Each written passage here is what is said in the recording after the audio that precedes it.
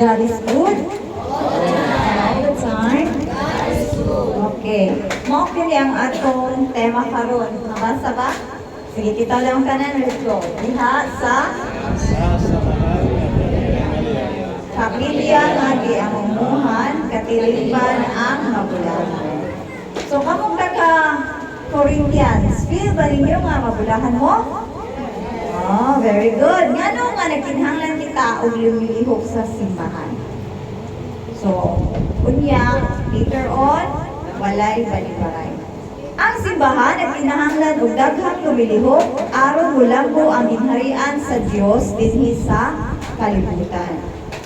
Kinsa may lumilihok sa Ginoo, di ba, mga tao? Alangan manaog siya. The need of workers in the church. Kanus ata mutubag niining maong panawagan. Kay ang parasan halapad, apan gamay lang ang lumilihok o nangalakad. Kaya diri sa inyong Corinthians, bati ko, nato'y lingon, inyong leader, sila go per me.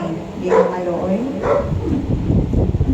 Sa unsa nga paagi kita mutubag sa maong panawagan? Listen. Kita giawhag sa paghatag sa atong bulawanong panahon alang sa pag-ugmad o pagpalanggo sa maong parasan.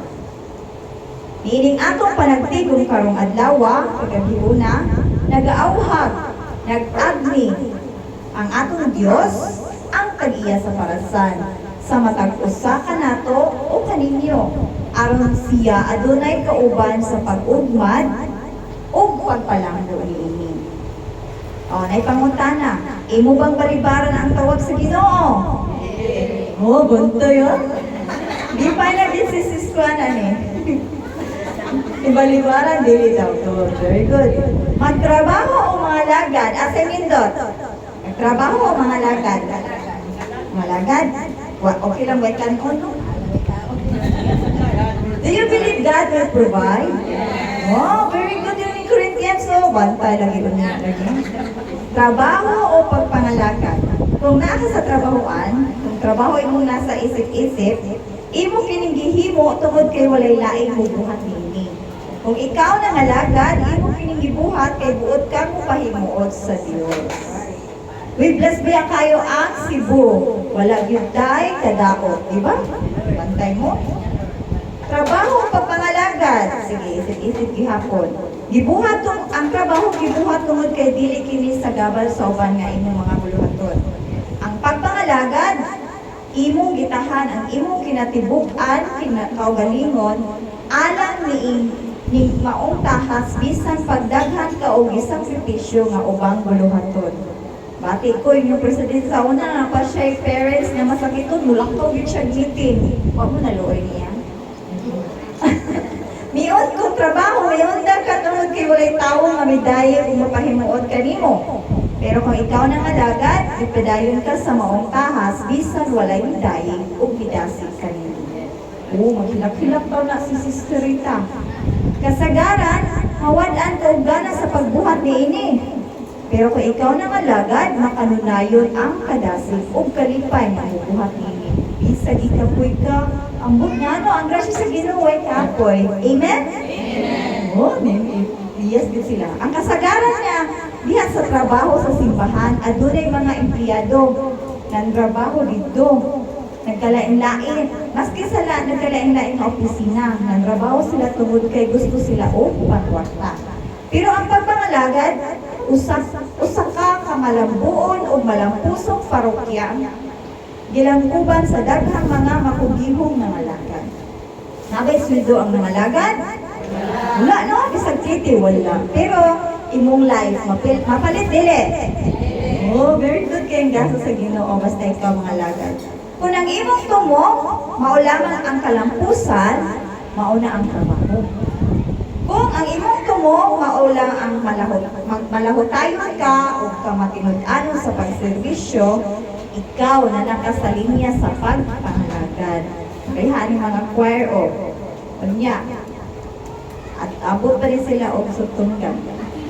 Ang Diyos dili buod nga magpabilin kita diha sa atong trabaho. Buod sa Dios nga kita magpabilin matinud-anon o maalagaron kaniya sa tanang adlaw sa atong kinabuhi.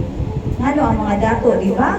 Suganas na milyones, they don't feel contented. Kita, malipayong tanong, sa buhay karta.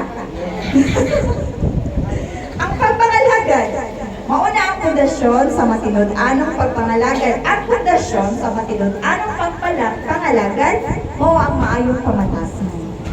Dili ang kahanas sa pagbansay sa profesyon. Ang kinaiya sa pagserbisyo, mao ang matuod nga pag-alagad. Dili ang magpaalagad. Ang dugukan sa kadasig sa pagpangalagad, mao ang matuod nga gugma. Dili ang hapog sa gahom o bahagi. Ang imuhang pagka-leader diha, ayaw ko nagamita sa imuhang self-interest. Kay ngano, masakit na anak. Kuya, ba sakit? Cancer.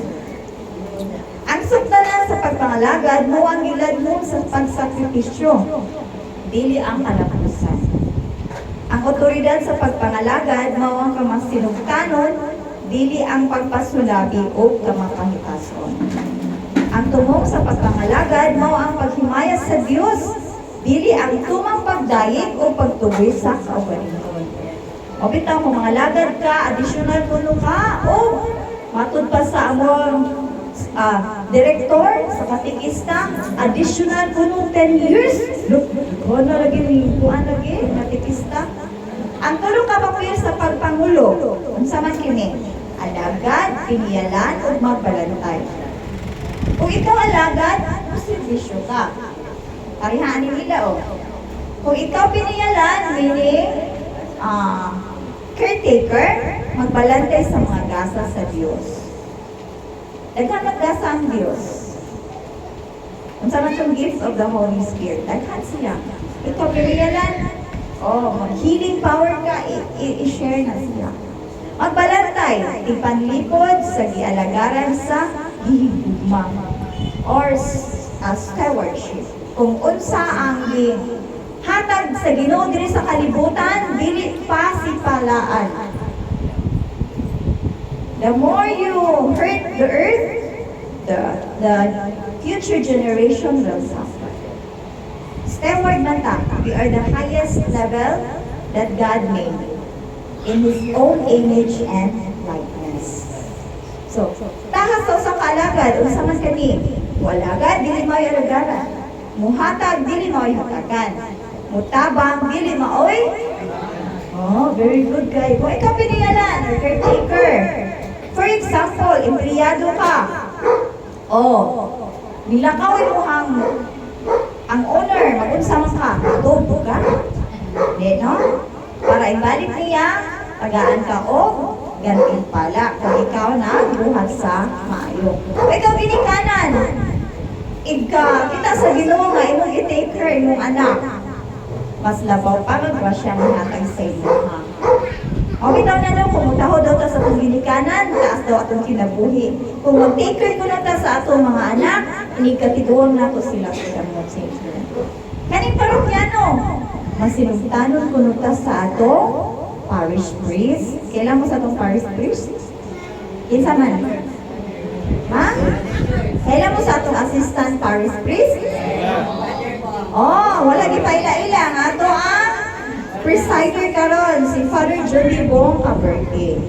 So, siya naghubot og tungdanan sama sa ato at lain-lain lang og kanang tahas o kinaiya. Ang tahas sa usa ka piniyalan, ikaw mao'y responsable sa pagdumala sa kabtangan sa iyang isika, ingon. Kung atiman ka, caretaker ka. Pura-parong kasama ni Father George, siya po, na-stricto kayo siya, but he needs to do that. Pila na ta ka years, wag yun ta nagmatmo. Ang atong usag-usa, iyahang di-mold karon. So kung ingon siya, iniguman og piyesta, mangulit tas balay, o sa'yo bato. Manguli og man, hikay. Kaya dadang imuhang isid ka, silingan, adto dito mga pista sa inyo. Mo man na yan gusto. Tumanta, no? Yes or no? Kamunin mo na, yes. Sige, Pangulo sa Kapilya. Si Sis Rita, sige, bagulbul.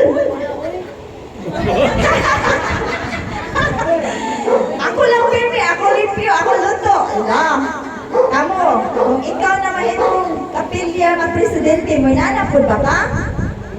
Oh, bantay lagi bantay kanino dili ha. Ang usa ka magbalantay, mao ang tigpanalipod, tighatag og pagkaon, unsa ni nga pagkaon? Pulong sa Dios. The more we eat the body and blood of Jesus Christ, maabtik jud oy. Ako bitaw sa una di ko kalakaw do. Awa karon nagtindog na ko sa inyong katubangan. Amen. Oh, God is good. So, tinugdan sa guma o kahupayan. Ang magbalantay, kinahanglan nga, kay guma sa iyang yalagaran, isip, kinahanglan sa pagpangalagan. Naadi na sa ato Bible, mabasa diya sa Juan, chapter 10, verse 14 to 15. Okay, tantanan kay para ni sa inyo ha, mga leader. Ako, ang maayong magbalantay, anda mo halad sa iyang, alang sa iyang mga, good shepherd daw mo. Kinsa man yung karnero. First is the basic group, inyong family, own family, then community. Ay, ato na dayon sa kinatibukan sa naso. So, Pangulo Alagad, sa inyo gusto? Kani, kung ikaw, mga lagad, dili ka, galyon, no?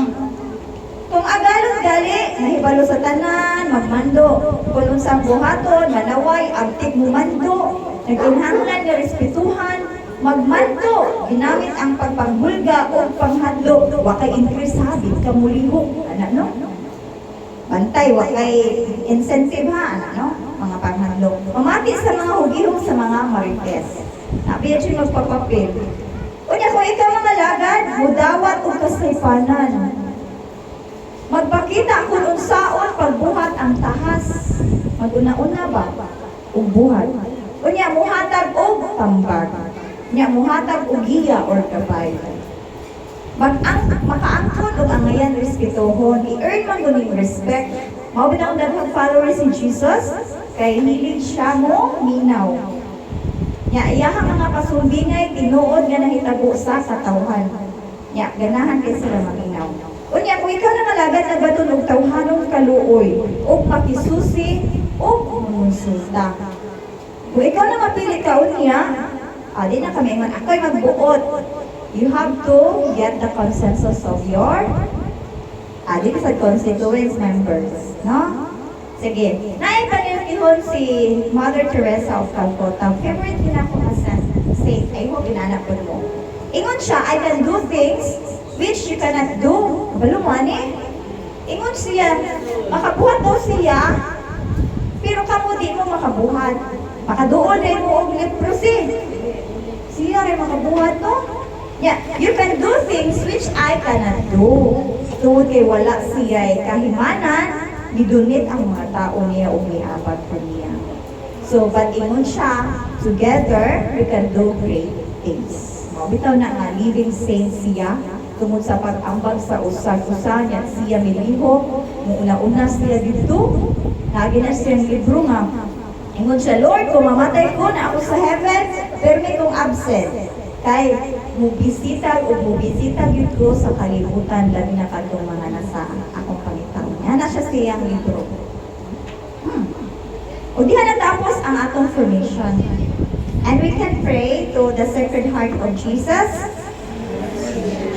Our Lady of the Sacred Heart of Jesus. Pray for us.